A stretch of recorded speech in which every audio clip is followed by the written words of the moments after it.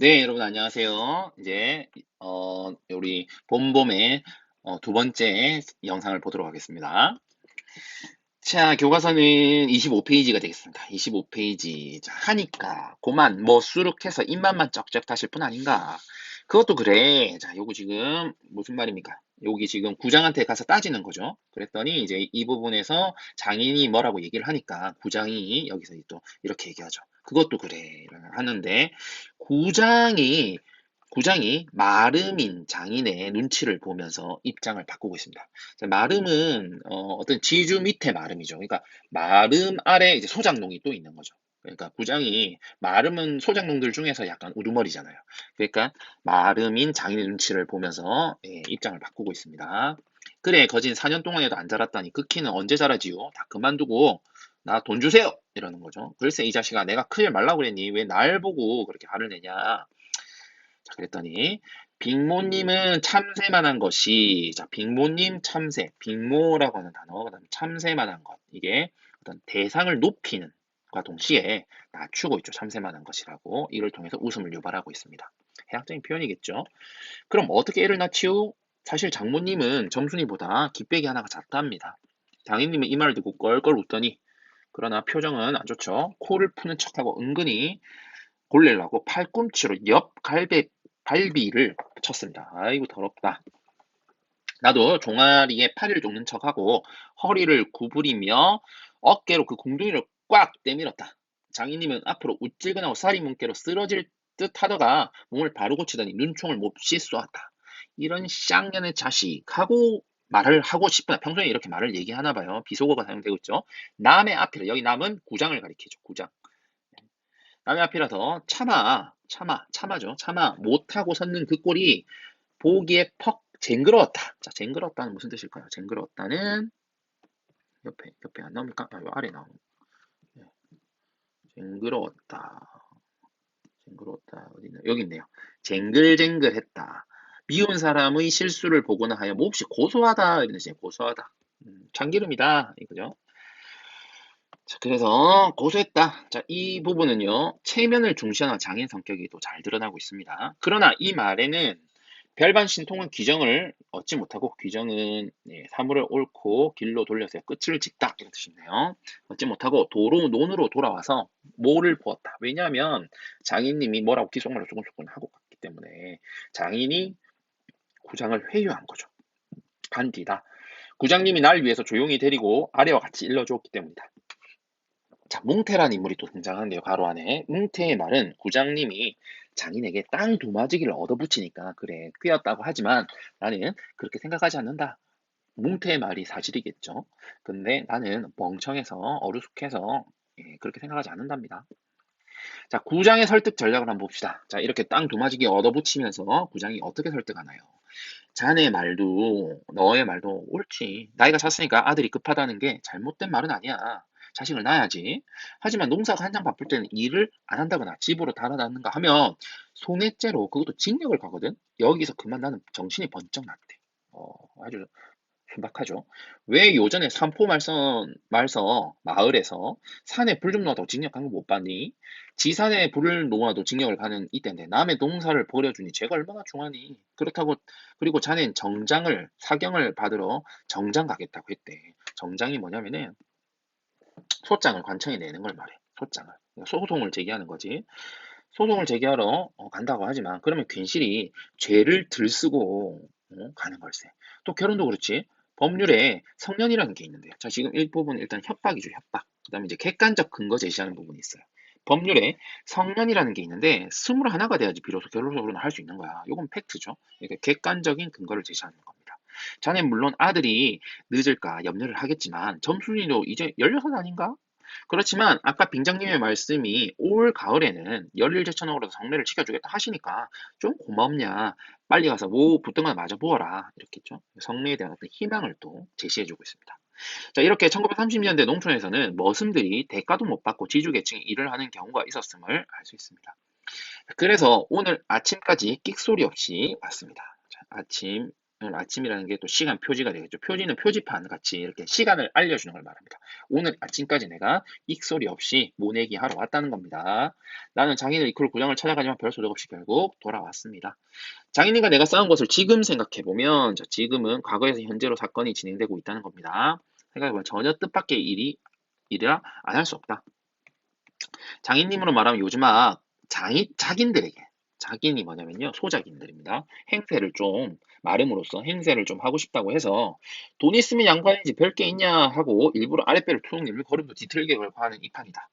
이까진 낮은 두들기다가 남의 땅을 가지고 뭐처럼 닦아 놓았던 가문을 망친 장인의 신분이요 남의 땅을 가지고 뭐처럼 닦아 놓았던 이런 걸 봐서 어떤 마름의 신분이라는 걸 알 수 있습니다.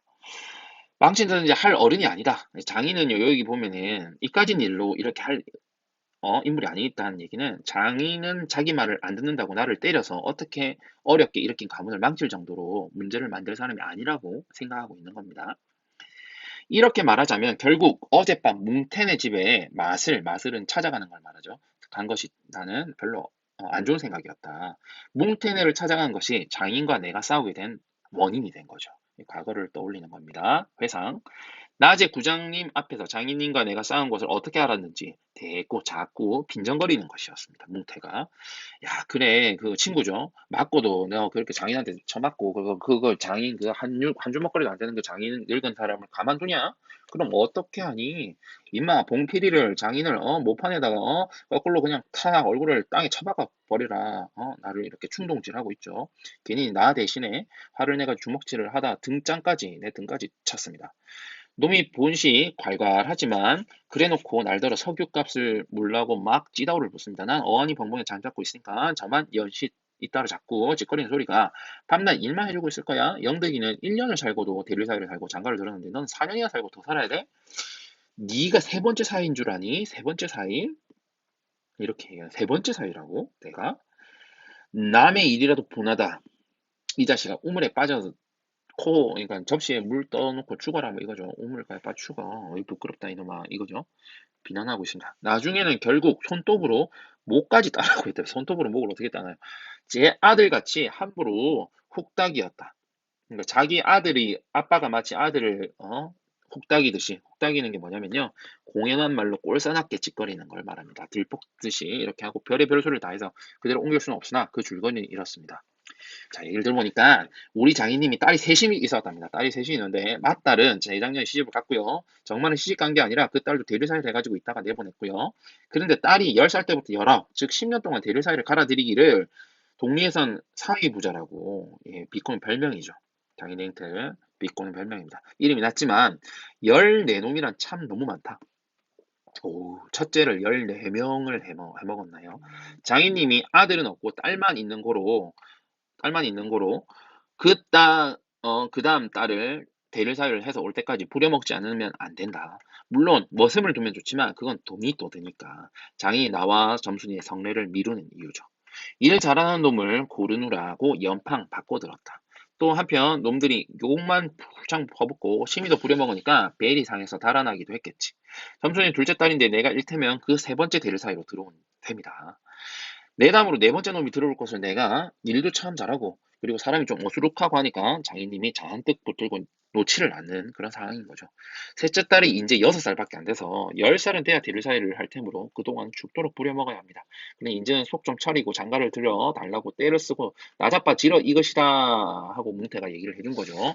나는 건성으로 엉엉하며 기등으로 들었습니다. 뭉태는 땅을 얻어붙이다가 떨어진 뒤로는 그러니까 땅을 이 마름인 장인한테 얻어붙이다가 이제 밑보여가지고 떨어졌나 봐요. 그래서 장인님만 보면 공연히 못 잡아먹어서 으르릉거린다. 그것도 장인님이 저 달라고 할 때 제 집에서 위한다는 그 감투가요 원림에서 쓰던 것이라나 옆구리에 뿅뿅 존먹 걸레된 감투인데요. 이게 시대적 배경을 나타낸 소재겠죠. 그러니까 장인이 좋아하는 그 감투가 뭉태네 건데 이걸 선뜻 달라고 했을 때 줬으면 되는데 안 준 거죠. 그러다가 붙이던 땅을 이제 더 이상 못 붙이게 된 거죠. 그래서 장인과 사이가 멀어진 겁니다. 한번 볼까요? 일단 장인 속셈은요. 큰딸처럼 점순이도 여러 명의 대를 사이를 들여서 농사일을 시키니 지시입을 보낼 것 같아요. 나가 일을 잘하고 어리숙하게 부려먹기 딱 좋죠. 셋째 딸의 대리사를 얻기 전까지 시간이 아직 많이 남았기 때문에 나를 계속 부려먹어야 합니다. 이게 장인의 속셈입니다. 자, 그 다음에 뭉태가 장인을 미워하는데요. 그 이유가 뭐냐면 장인이 달라는 감투를 주지 않자 땅을 얻어다 붙이다가 결국 떨어지기 때문이죠. 이 부분은요, 양반 행세를 하고 싶어 하면서 장인이 마름의 지위를 이용하고 있죠. 그런 성격이 잘 보입니다. 자, 여기까지 내용은요, 구장에게 갔다 온 날 밤 뭉태네에 다녀온 나에 대해서 나타나고 있습니다. 그러나 나는 뭉태란 놈의 말을 전수히 곧이곧대로 듣지 않았다. 꼭 곧이 들었다면 간밤에 와서 장인님과 싸웠지. 무사히 있을 리가 없지 않은가. 그러면 딸에게 가서 가지 인심을 잃은 장인님은 혼자 나빴다. 자, 이 부분이요. 모두가 알고 있는 것을 혼자만 모르고 있는 그런 어리숙한 나의 모습을 보입니다. 꼭 고지 들었다간 간밤에 와서 장인님과 싸웠지 무사히 있을 리가 없지 않은가. 이 부분은요. 뭉태의 충고가 장인님과의 어떤 싸움의 직접적인 원인이 아님을 우리가 알 수 있죠. 그러면 딸에게까지 인심을 잃은 장인님이 혼자 나빴다. 실토이지. 나는 점순이가 아침상을 가져갔을 때 오늘 또 얼마나 밥을 담았냐 하고 이것만 생각했어. 상에는 된장찌개와 간장 한 종기, 조밥 한 그릇, 그리고 밥보다 더 수두룩하게 담은 산나물이 한 대접. 이렇다. 나무는 점순이 틈틈이 오니까 두 대접은 네 점이고 멋대로 먹어 좋다. 밤은 장인님이 딱 한 삽을 위엔 더 주지 말라고 해서 안 된다. 자, 이렇게 야박하게 나를 착취하고 있는 장인입니다. 일은 나한테 다 시키고 밥은 한 그릇밖에 안 줘요. 독자의 어떤 연민을 자아내. 선생님 아까 연민 설명해 줬죠. 불쌍하게 느끼는 마음. 이걸 통해서 우리 해악과 풍자의 차이를 봤었죠. 해악은 연민을 자아내는 그런 웃음입니다. 그런데 점순이가 그 상을 내 앞에 내려놓으면서 제 발로 찌끄러는 소리가 고장님한테 그냥 갔다 온다면 그래 이랬다는 거지. 다시 한번 나를 부추기고 있습니다. 어떻게 그냥 가? 딱 대폭적인 판결을 지어서 왔어야지. 이런 거죠. 하고 엊그제 산에 내려서 대우 종알거린다. 나는 내가 더 단단히 덤비지 않고 만 것이 좀 어리석었다. 속으로 그랬다. 나도 저쪽 벽을 향하여 외면하면서 내 말로 돌아서서 안 된다는 걸 그럼 어쩐담? 이런 데죠. 시험은 수염이죠. 수염을 잡아채야지 그걸 그냥 두냐 이 바보야 이랬죠. 나와 장의 싸움의 직접적인 원인이 되는 표현이 되겠습니다. 여기서 잡아챈다는 얘기가 물리적인 어떤 행사를 하는 거죠. 이렇게 하래요. 점순이가. 점순이 이거는 꼭 혼인 약속을 받아내라! 이 바보야! 이거죠. 나의 이해는 수염을 잡아채라. 이게 여자고요. 이게 남자입니다. 남자는 있는 그대로 받아들여요. 수염 잡아채야 되는구나. 장인어른 수염을 잡아채도 좋다. 잡아채라, 수염을 뽑아버려라, 요렇게 이해를 한 거고, 정순이는 그게 아니죠. 혼인 약속을 받아내라 라고 하는 어떤 돌려 말하는 건데, 강하게 표현한 건데, 이걸 또 있는 그대로 받아들이는 나의 어떤 어리숙함이 돋보이는 그런 장면이 되겠습니다. 또 얼굴이 빨개지면서 성을 내면서 안으로 셀쭉하면 뒤틀어가지 않느냐? 이때 아무도 본 사람이 없었기 망정이지 보았다면 내 얼굴이 애미 잃은 황새 새끼처럼 가엾다 했을 것이다. 이 점순이의 타박에 크게 슬퍼하고 절망하고 있습니다. 사실 이때만치 슬펐던 일이 또 있었는지 모른다. 다른 사람은 앞만 못생겼다 해도 괜찮지만 내 아내들 점순이가 나를 병신으로 본다면 내 신은 참 나무나다.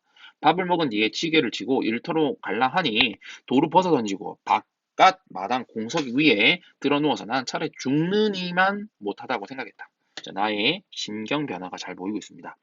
구장에 갔다 그냥 갔다고 점순이가 나를 바보라고 하자 나는 큰 슬픔에 빠졌습니다. 자, 여기까지 이제 전개 부분이 되겠고요. 이제 절정 부분으로 갑니다. 절정 첫 번째. 내가 일을 안 하면 장인님 저는 나이가 먹어서 못하고 결국 농사 못 짓고 만다. 자, 절정 첫 번째 내용은요. 성례를 미루려는 장인과 나가 싸우는 장면이 나타나겠습니다. 자, 여기까지가 우리 그다음 두 번째 B 파트가 되겠습니다. 자, 일단 이 영상은 여기까지고요. 제가 앞에서 또 얘기했던 거 한 번 더 할게요. 선생님이 여러분과 그 이벤트 하기 위해서 말도 안 되는 200명 구독자 200명 그 이벤트를 준비했습니다. 그래서 200 지금 180 몇 명 될 거예요. 그래서 200번, 201번, 202번, 203번, 204번 구독자 5분한테 선생님이 스터디 플래너 준비해 놨거든요. 스터디 플래너에 뭐 스티커도 붙일 수 있고 안에 내용이 알차게 잘 구성되어 있습니다. 요거 필요하신 분들 이벤트 많이 신청해 주세요. 예, 여러분 수고했습니다. 안녕.